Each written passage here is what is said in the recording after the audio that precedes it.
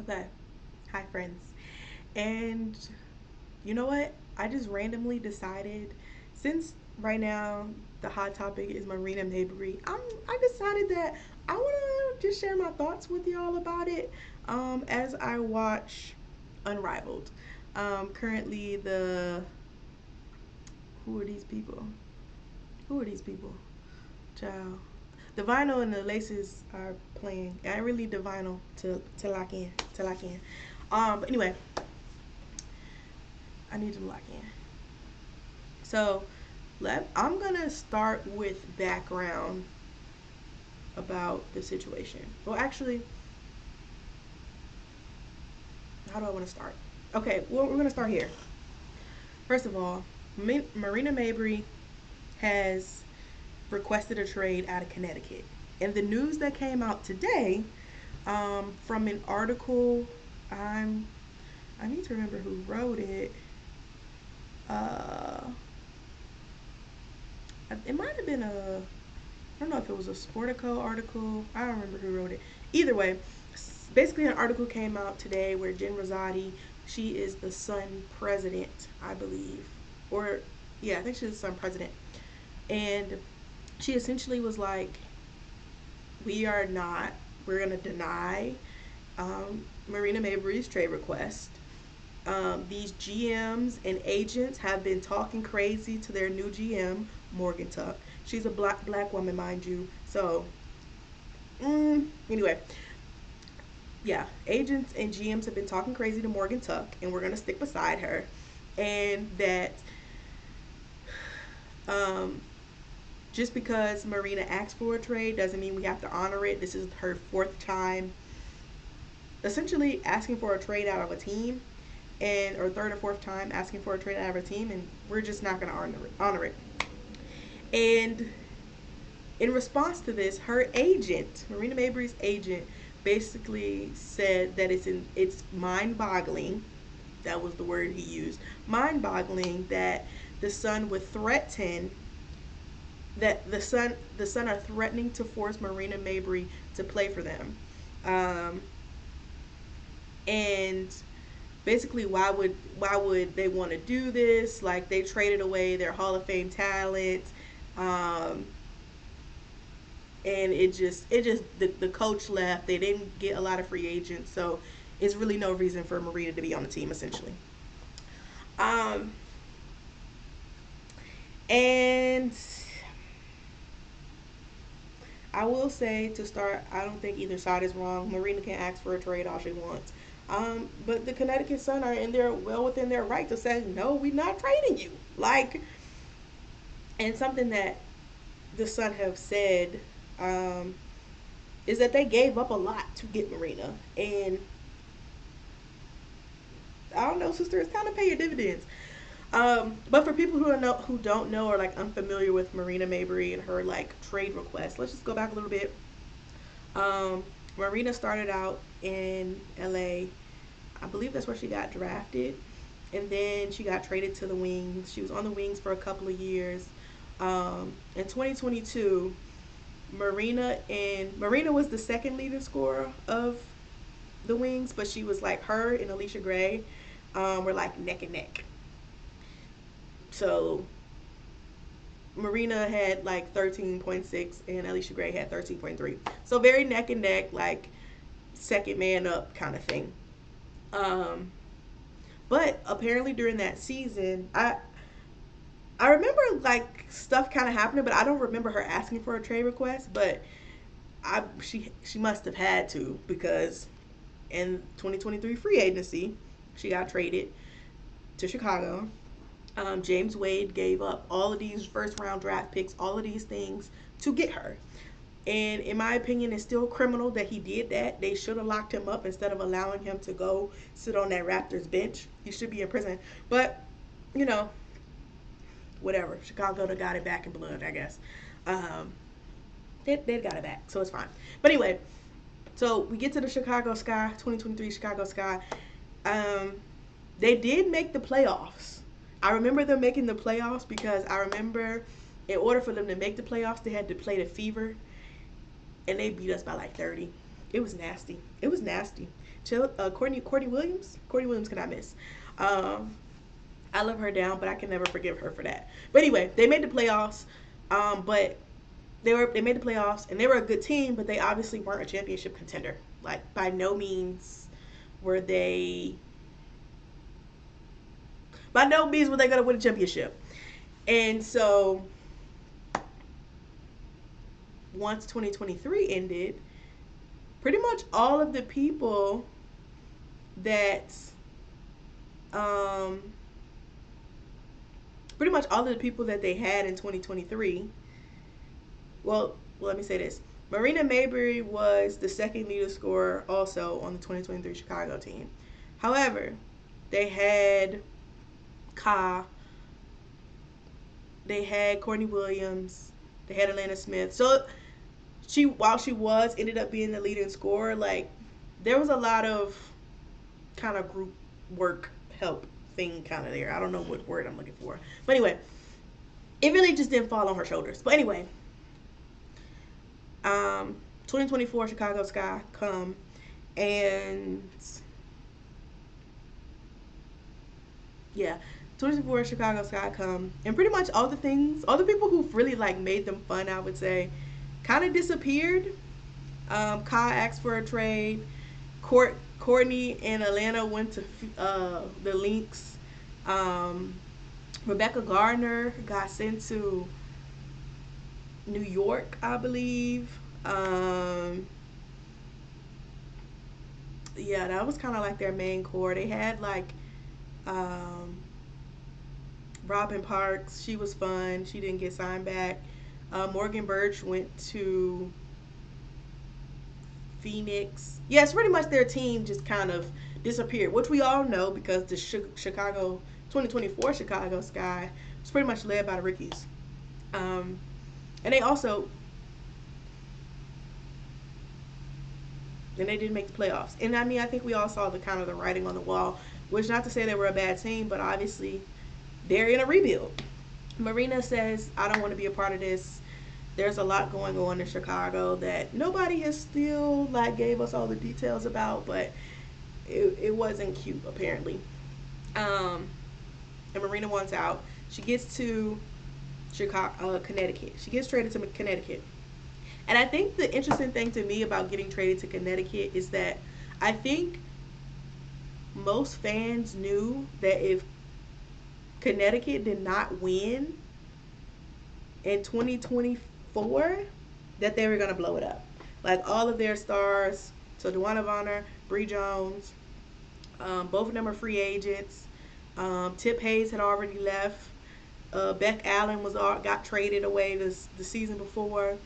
Alyssa Thomas was a free agent. Like your main core was all free agents, and so a lot of people already felt like this was the beginning of the end. So to me, if I'm Marina and I want to go to a contender, well, yes, I think the Sun was a really good opportunity for her, and honestly, I really wish they would have ran it back as a team because I really feel like they were almost there, like seriously almost there this time. And I think this 2025 season they could have got like an extra free agent. So things could be different. Either way, that's not the point. You go into the Sun, you make the perfect fit, and they're willing to take on your contract. People who don't know, Marina Mabrey makes $200,000. $200,000. Okay, the regular max for the WNBA is $215,000. So she's making basically max money at least in Connecticut, she was basically making max money to come off the bench, to just strictly be a role player.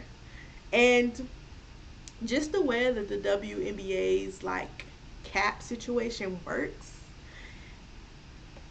you kind of need more from like any team that has her. They clearly expect more from her just from how much money they've given her. And I made a tweet earlier just pointing out that like in 2025, Marina Mabrey is going to make $210,000, and she's going to make more money than Asia Wilson, Kelsey Plum, Sabrina Ionescu, Dearica Hamby, Nneka Ogwumike, Kayla McBride, Jonquel Jones. Like, all of these people who have been, like, proven, award, all WNBA talents, all stars, all these very talented people. And this is not to say that Marina is not talented, but these are the people who are making the same amount or even actually less than Marina. And look at how much they have to do, and look at how much Marina thinks she should get away with having to do. 200K, being paid 200K to be a role player is crazy. It's crazy. It's crazy. It's crazy. I don't know. Like, I can't really, I don't know. I don't feel bad for Marina. Um, Again, I think it's okay for her to ask for a trade. I think it's okay for her to want out. I think all of that is fine and dandy. Um, but also, like, Connecticut is well within their right. Like, they're paying you near max money for you to just lock in and be serious. You have one more year on your contract, literally one more season. You're 28 years old. Like, sister, honestly, if you play well enough in this coming season, more teams might be willing to bet on you and pay that amount of money. But it's like everywhere that you've been, people have wanted you to be the star. They put you in Chicago wanting you to pretty much lead the team behind Ka, and you couldn't do that consistently. And it's like, maybe that's too much responsibility for you, and that's fine. But at 200K, you gotta do a little bit more. You gotta do a little bit more. And I don't think there's anything wrong with the Connecticut Sun being like, no, we're gonna ask you to do more. I don't think there's anything wrong with that. And so it seems like she's gonna be stuck there. And personally, I think she just need to lock in and just do the work. Like, it's gonna be okay. It's gonna be 1 year. 2026 is gonna be a crazy year for free agency. Period, because we're gonna have another expansion draft with Toronto's coming first. So Toronto's going to be an expansion draft. There's going to be a new CBA in place, probably starting in 2026. No, the 2026 season. Yeah, there's new CBA that's going to be in place. So, like, the way that the Connecticut Sun look right now is probably not even how they're going to look next year.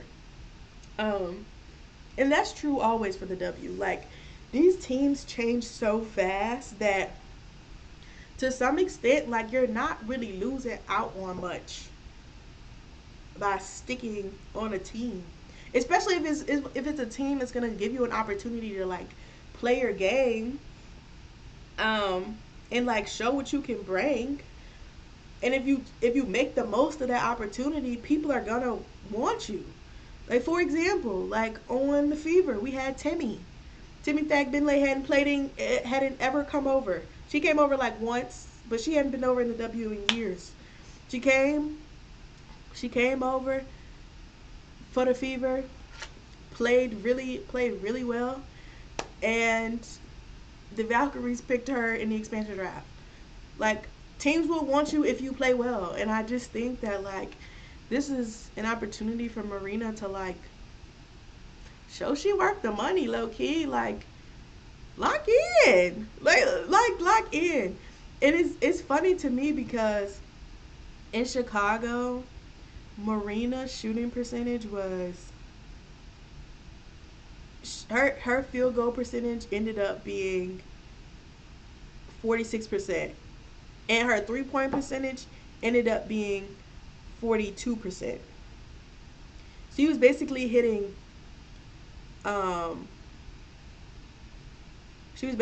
like almost 3 threes per night when she got to Connecticut, which she was not doing in Chicago, which she had never done in her career. She had never averaged a higher 3-point percentage ever in her career before this stint in Connecticut.